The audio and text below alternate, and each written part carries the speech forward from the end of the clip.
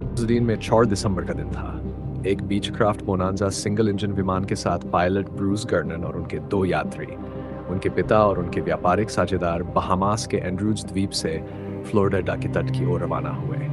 अगर आप नक्शे पर एक रेखा खींचें जो बरमूडा द्वीप, प्यूर्टो रिको और मियामी को जोड़ती है, तो आपको क्या मिलेगा?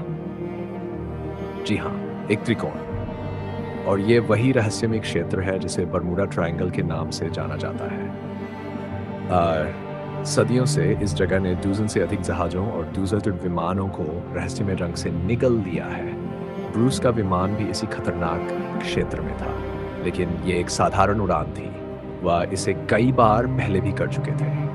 ये यात्रा आमतौर पर 1.5 घंटे में पूरी हो जाती थी बिना किसी परेशानी के, लेकिन इस बार सब कुछ अलग होने वाला था। जैसे ही ब्रूस ने विमान उड़ाया, अजीब चीजें होने लगी।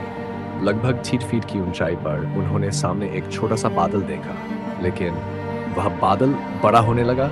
ये वाकई आकार में बढ़ रहा था। ब्रूस को मजबूरी में इस बादल से गुजरना पड़ा।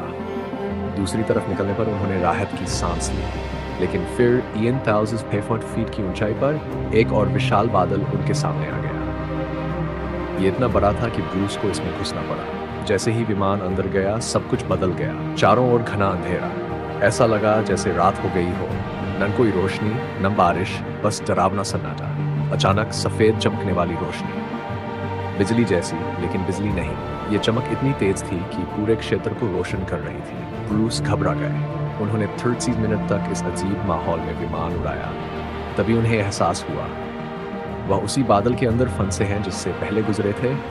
अब ये बादल एक विशाल सिलेंडर जैसा बन गया था और विमान उसकी सुरंग में फंसा हुआ था। ये सुरंग 1 मील चौड़ी थी और अनंत लग रही थी। क्या कोई रास्ता है बाहर निकलने का? अचानक सुरंग के अंत में एक रोशनी दिखाई दी। ब्रूस ने पूरी ताकत से विमान को सीधा रखा, लेकिन तभी सुरंग की दीवारें संकरी होने लगी। कंपास उल्टी दिशा में घूम रहा था। सभी इलेक्ट्रॉनिक यंत्र काम करना बंद कर चुके थे। ये क्या हो रहा था? वह 30 सेकंड उनकी जिंदगी का सबसे डरावना पल था, लेकिन अंततः विमान सुरंग से बाहर आ गया। जैसे ही वह बाहर निकले, ब्रूस ने कुछ अजीब महसूस किया। उन्होंने 5 सेकंड तक वजनहीनता का अनुभव किया। यह क्या था? बाद में जब ब्रूस ने ग्राउंड कंट्रोल से संपर्क किया तो उन्हें बताया गया कि उनका विमान मियामी एयर स्पेस में है। क्या? यह कैसे संभव हो सकता था? वह 250 मील की दूरी 106 मिनट में कैसे तय कर सकते थे जब इसे 90 मिनट लगने चाहिए थे? उन्होंने विमान को सुरक्षित उतारा, ईंधन और समय की जांच की। जो पता चला वह और भी हैरान करने वाला था। विमान ने उतना ईंधन ही खर्च नहीं किया था जितना होना चाहिए था। यह क्या था? Electronic fog? समय और स्थान को मोड़ने वाली कोई अजीब शक्ति? आज तक कोई सटीक उत्तर नहीं मिल पाया है। ये घटना बरमूडा ट्रायंगल के सबसे रहस्यमय अध्यायों में से एक बनकर रह गई है।